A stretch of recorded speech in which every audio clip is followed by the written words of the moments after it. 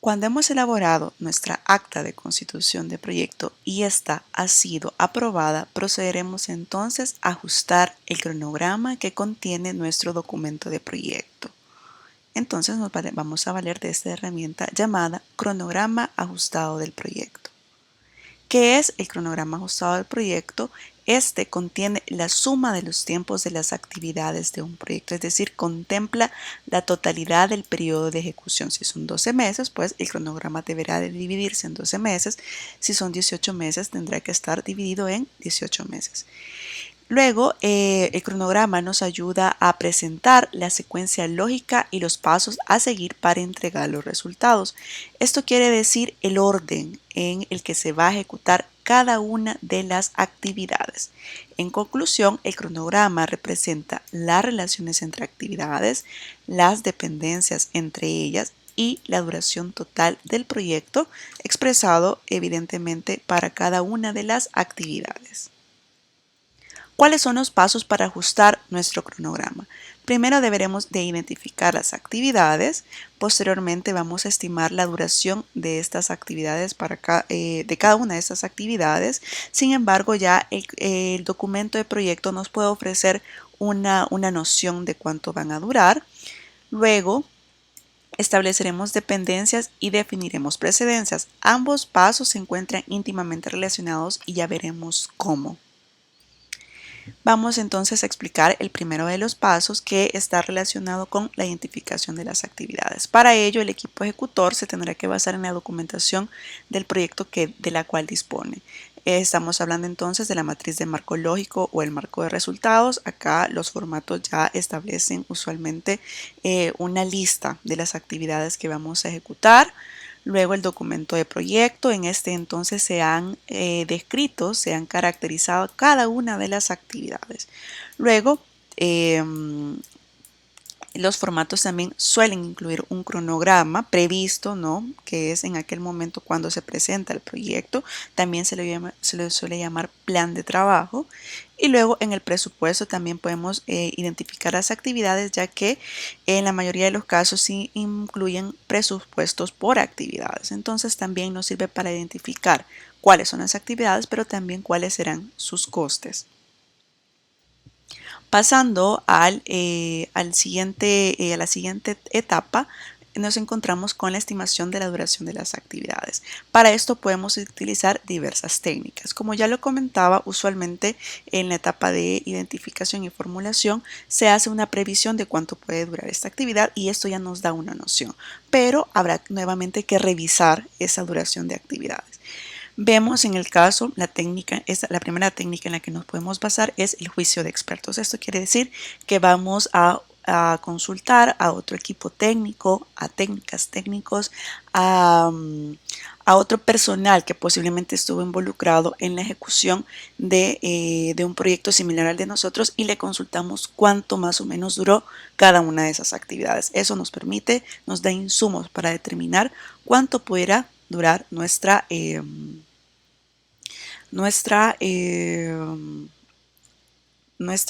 actividades. Luego tenemos la estimación análoga, que es muy similar y bueno, requiere la combinación del juicio de experto con las estimaciones que establece nuestro cronograma, el cronograma que ha sido aprobado por el socio cooperante. Luego tenemos la estimación paramétrica y cuando hablamos de paramétrica hacemos alusión a elementos estadísticos. Para ello también nos basaremos en la estimación análoga, es decir, las buenas prácticas que otros proyectos tuvieron en torno a la duración de cada una de las actividades, pero además le vamos a agregar ese elemento estadístico relacionado con, por ejemplo, horas hombre, metros cuadrados. ¿A qué nos referimos? Por ejemplo, vamos a traer a la mesa la actividad de la construcción de una unidad de salud. Esto nos indica, las buenas prácticas de otros proyectos implementados anteriormente, nos indica que por cada metro cuadrado de esta infraestructura se tomaron 2 días. Y el diseño de nuestra unidad de salud dice que tendrá 50 metros cuadrados. Entonces hacemos esa multiplicación de 50 metros cuadrados por 2 días, para sacar entonces cuántos días nos tardaremos en la construcción de la unidad de salud, perdón, que indica nuestro proyecto. Y luego le tenemos la estimación por 3 valores que está basada en una fórmula que vamos a ver a continuación. Esta fórmula está basada en el método PERT, que significa Program Evaluation and Review Technique, y es un método de gestión de proyectos vinculado estrechamente a actividades. Para ello entonces vamos a utilizar 3 valores, es una fórmula. Vemos en pantalla que DE significa duración esperada, es lo que logramos obtener, lo que queremos obtener con esta fórmula. Luego la O significa duración optimista, la M significa la duración más probable, realista, y esta la vamos a multiplicar por 4. Y luego tenemos la duración pesimista, entre 6. Esta es la fórmula. Ahora vamos a poner siempre el ejemplo con la construcción de la unidad de salud. De acuerdo con el juicio de expertos y la estimación análoga y las buenas prácticas que hemos obtenido a partir de nuestras consultas, tenemos como resultado que en el 80% de los casos, las unidades de salud que se han construido previamente en otros proyectos tienen una duración de 6 meses. Esta entonces es la duración más probable. Sin embargo, hay algunos proyectos que y esto constituiría entonces el 10%, que en el mejor de los casos ha resultado que la construcción de esa unidad de salud ha concluido en 3 meses. Por lo tanto, tenemos que esta es la duración optimista. Y por el contrario, hay otros proyectos que la construcción de una unidad de salud tomó muchísimo más tiempo, hasta incluso 12 meses. Esta es la duración pesimista. Una vez tenemos estos valores, vamos a proceder a realizar la fórmula. Para el caso, entonces, vamos a abrir paréntesis y vamos a colocar primero la duración optimista, que en este caso constituyen 3 meses. Vamos a colocar la suma. Vamos a abrir nuevamente paréntesis por esta multiplicación que nos indica la fórmula. 4 por la duración más probable, ¿sí? En este caso son 6 meses. Cerramos paréntesis nuevamente y vamos a sumar el valor que nos indica la duración pesimista, es decir, esa actividad que en otro proyecto tardó más de lo esperado. En este caso tenemos que 12 meses. Cerramos paréntesis y ahora vamos a dividir lo que resulte de eso, vamos a dividirlo entre 6. Damos Enter y nos dice que entonces la duración de nuestra actividad sería de 6.5, es decir, nos vamos de acuerdo con este método que pues nos da bastante exactitud o es muy preciso, nos indica que la construcción de nuestra unidad de salud tardaría 6 meses y medio, teniendo en cuenta otros tiempos que de acuerdo con prácticas en proyectos previos se han obtenido. Esto entonces es la forma de operativizar esta fórmula y este método, evidentemente. Regresamos a la presentación y continuando con los pasos, tenemos que ahora vamos a establecer las dependencias. Existen 3 tipos de dependencias. La primera de ellas es la dependencia obligatoria. Esto quiere decir que hay actividades que son inamovibles en cuanto a su secuencia lógica. Un ejemplo es que para ejecutar un taller de sensibilización, de formación, primero tuvimos que haberlo planificado. No vamos a ir al terreno, no vamos a reunir a la gente para llegar a improvisar. No, tuvimos que haber primero planificado ese proyecto, ese taller, perdón, y haber desarrollado una carta didáctica, el material didáctico que también vamos a utilizar. Eso indica que el orden, la secuencia de estas actividades es inamovible, no podemos variar. Luego tenemos las dependencias discrecionales, que estas son, que si bien hay un orden lógico recomendado o sugerido para llevarlo a cabo, pudiéramos también variarlo en función de otros factores. Y estas decisiones entonces las toma el equipo ejecutor. Pongamos un ejemplo. Digamos que queremos fortalecer la iniciativa económica de una familia y esa iniciativa económica está relacionada con la crianza de aves. El proyecto contempla que vamos a construir un gallinero y que también vamos a proveer de aves a esta familia. Pero tomamos la decisión de que lo lógico sí, lo lógico sería que primero construyamos el gallinero y luego traigamos las aves. No obstante, resulta que por los procesos administrativos y luego que encontramos condiciones favorables también en la casa de esta familia en la que vamos a construir el gallinero, tiene un espacio viable, un espacio adecuado para tener las aves antes de la construcción del gallinero. Eso no significa que nos vayamos a tener que demorar tanto con la construcción del gallinero, también debemos de tener en cuenta eso, para evitar pues que las aves se vayan a enfermar. Pero pudiéramos realizarlo así, pudiéramos comprar las aves, evaluar por supuesto primero las condiciones, si es óptimo que las aves se encuentren en un espacio en la casa de esta familia, construimos el gallinero y luego las colocamos. Entonces, este tipo de dependencias requiere la evaluación de otros factores para poder mover el orden inicial de la secuencia en la cual vamos a ejecutar las actividades. Y luego tenemos las dependencias externas. Esto significa que dependemos, valga la redundancia, de factores que están fuera del control del proyecto para iniciar la ejecución de nuestra actividad. Es decir, por ejemplo, tenemos la obtención de un permiso de construcción, también un permiso de construcción con la alcaldía o con la institución con la entidad responsable o encargada, dependiendo de lo que vayamos a construir en nuestro proyecto. También aquí puede ser la obtención de un permiso legal en el sentido del terreno como tal, por lo cual dependemos de factores que no están dentro de nuestro control, pero que son necesarios para iniciar la ejecución. Acá hacemos entonces también referencia a aquellas condiciones previstas que colocamos en nuestra matriz de marco lógico e indicábamos en la semana pasada que no debemos de ignorar la importancia de establecerlo, porque son aspectos de carácter administrativo o legales que pues nos dan el permiso para iniciar la ejecución de nuestro proyecto. Y luego, como último paso, es el de definir las precedencias. Esto quiere decir establecer cuál será la actividad predecesora y la actividad sucesora para cada una de las actividades. Y en este caso tenemos 4 tipos de precedencias. Vemos en pantalla la primera de ellas, que se denomina fin a inicio, y de hecho esta es la más habitual de las precedencias.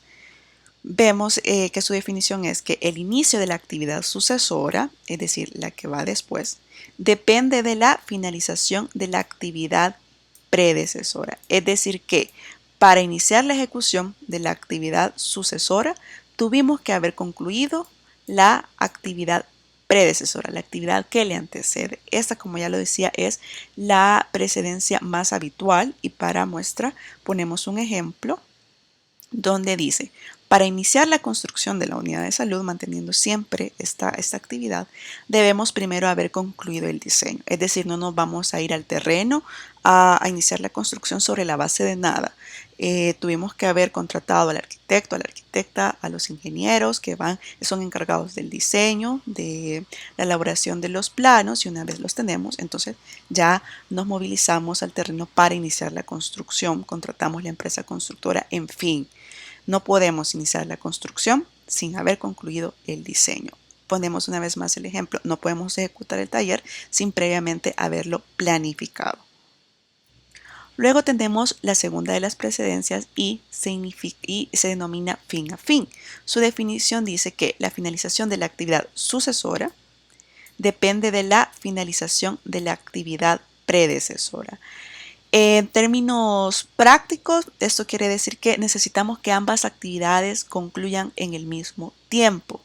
Un ejemplo es que cuando finalizamos construcción de la unidad de salud, también vamos a requerir la finalización del equipamiento. Con el equipamiento nos vamos a referir a colocar lámparas, focos, colocar aires acondicionados, colocar los switch, colocar los tomas corrientes, ¿sí? Entonces, cuando vamos finalizando la construcción, también necesitamos que estos elementos estén listos para iniciar el uso de esa unidad de salud. Tenemos la tercera de las precedencias y se denomina inicio a inicio. Su definición dice que el inicio de la actividad sucesora depende del inicio de la actividad predecesora. En este caso, una vez más, para hacerlo práctico, quiere decir que es necesario que ambas actividades empiecen al mismo tiempo. Y acá vemos un ejemplo donde, siempre utilizando la misma actividad de la construcción de la unidad de salud, la supervisión de la construcción inicia al mismo tiempo que la construcción de la unidad de salud. Es importante llevar a cabo la supervisión desde el inicio de la cimentación y luego, por supuesto, de la construcción de esta infraestructura. Luego, la supervisión no tendría sentido si no inicia la construcción, por lo cual están íntimamente vinculadas en su momento de inicio. Y luego tenemos la última de las precedencias, que de hecho no es muy habitual y se denomina inicio a fin. Su definición nos indica que la finalización de la actividad sucesora depende del inicio de la actividad predecesora. En términos prácticos, esto quiere decir que para concluir la actividad sucesora es importante que haya iniciado la actividad predecesora. Como ya lo decíamos, es poco común que se dé en los proyectos. No obstante, debido a la permutación, pues esta probabilidad también existe y es importante que sepamos por si en algún caso en nuestro proyecto pudiera pasar. Pero como lo indicaba, es poco común. Una vez hemos ido desarrollando todos estos pasos, ahora observaremos en pantalla que el cronograma ajustado de proyecto se puede materializar en diversos formatos. Tenemos el primero de ellos, el diagrama de red, luego el diagrama de ruta crítica y por último el diagrama de Gantt. Vamos a ver en cada uno de ellos. El diagrama de red se basa en la utilización de una red con nodos. Son estos circulitos en los que figuran las actividades, es decir, aquí vamos a colocar los nombres de las actividades o en su defecto la nomenclatura, y con flechas, que representan la secuencia y la relación que une cada una de las actividades, mostrando la dependencia entre ellas. Vemos entonces acá que en el inicio del proyecto hay dos actividades que pueden iniciar al mismo tiempo y que no están vinculadas entre sí. Luego, para entonces iniciar la actividad E, habrá que haber concluido la actividad A. Vemos que estas dos líneas de actividades se unen en la actividad C para luego iniciar la ejecución de la actividad G y concluir el proyecto. Tenemos una tercera línea de actividades o de secuencias y vemos que la actividad D inicia más tardía que la actividad A y que la actividad B, y que también se une con la ejecución de la actividad C, es decir, esta actividad se une las tres líneas de secuencia de actividades. Entonces, de una forma gráfica, visualmente gráfica, logramos identificar cuál es esa secuencia de cada una de las actividades de nuestro proyecto. Luego, cuando tenemos el diagrama de red, podemos construir el diagrama de ruta crítica. La ruta crítica se define como aquella que va desde el inicio hasta el final del proyecto y que toma más tiempo en comparación con otras rutas de actividades, con otras líneas de secuencia de actividades.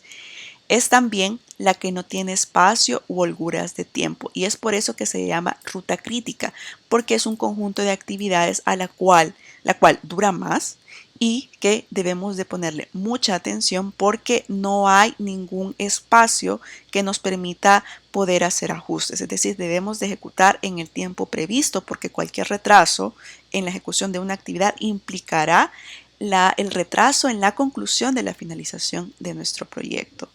Esta, pues no vamos a profundizar más a este punto, lo vamos a explicar en la tutoría cómo se extrae la ruta crítica. No obstante, este diagrama no lo vamos a desarrollar en nuestro plan de ejecución, pero como una vez más es importante que sepamos cómo se realiza. Vemos en pantalla cómo se expresa visualmente la ruta crítica. Siempre se basa en este diagrama en el diagrama de nodos. Pero además la ruta crítica contempla la duración de las actividades de cada una de ellas. Vemos que la ruta crítica para el caso de este esquema que vemos es la que vemos en azul oscuro. La actividad 1 dura 20 días, luego la segunda actividad dura 30 días, ahí ya tenemos 50 días. Luego la actividad 4 dura 30 días, ya vamos sumando 80 días. Y la actividad 7 dura 10 días. Un total entonces de 90 días. Veamos ahora otra línea, otra ruta. La actividad 1, vamos a ver esta ruta. La actividad 1 dura 20 días. Si sumamos lo que duraría la actividad 3 son 10 días. Ahora tenemos 30. Si sumando la actividad C, tendríamos un total de 60 días. Más la actividad 8 tenemos 10 días. Por lo tanto, tenemos un total de 70 días. En comparación con la otra ruta, pues tenemos menos días de ejecución. Evidentemente acá la ruta crítica, como ya decía la definición, es la que tarda más y es la que va de inicio a fin, por lo cual no tampoco tiene chance de atrasarse en ningún día de ejecución, porque si no, entonces con un día que nos atrasemos ya no tendríamos 90 días de ejecución, sino ahora tendríamos 91. Por lo cual esta herramienta nos permite identificar esas actividades las cuales debemos de gestionar con mayor precisión, con mayor atención. Y luego tenemos el diagrama de Gantt que a través de barras se expresa la duración de cada una de las actividades. Este que vemos en pantalla es un diagrama de Gantt que producido a través del programa Microsoft Project, que es una plataforma de gestión de proyectos. Y además de la duración, vemos también estas flechitas que indican la secuencia de las actividades y por supuesto las dependencias. ¿Cuál será el formato que vamos a desarrollar? Es el que vemos en pantalla. Vamos a enumerar los resultados y para cada uno de los resultados las actividades correspondientes. Luego, para cada una de las actividades vamos a indicar las semanas de duración que tendría cada una de las actividades y vemos acá ya en su representación gráfica que cada uno de los meses de ejecución está dividido por semanas. Vemos entonces, como hemos dicho que el proyecto iniciará ejecución en el 2021, vemos para el caso enero del 2021, febrero, marzo, abril y así hasta concluir nuestro proyecto. Acá en el cronograma sí vamos a tomar en cuenta todos los meses de ejecución, es decir, si nuestro proyecto dura 18 meses, tendremos que incluir los 18 meses y evaluar con calendario en mano cuántas semanas corresponden a cada uno de los meses. Luego, como ya lo indicaba, una vez indicamos, las semanas para cada actividad, también lo traduciremos en meses, como esta actividad durará 2 semanas. Al convertirlo a meses tenemos que es medio mes en número 0.50. La segunda actividad del resultado 1 durará 6 semanas. Traduciéndolo en números a meses, entonces tenemos que es un mes y medio, 1.5. Luego vamos a indicar para cada una de las actividades cuál es la actividad predecesora, es decir, cuál es la actividad que antecede.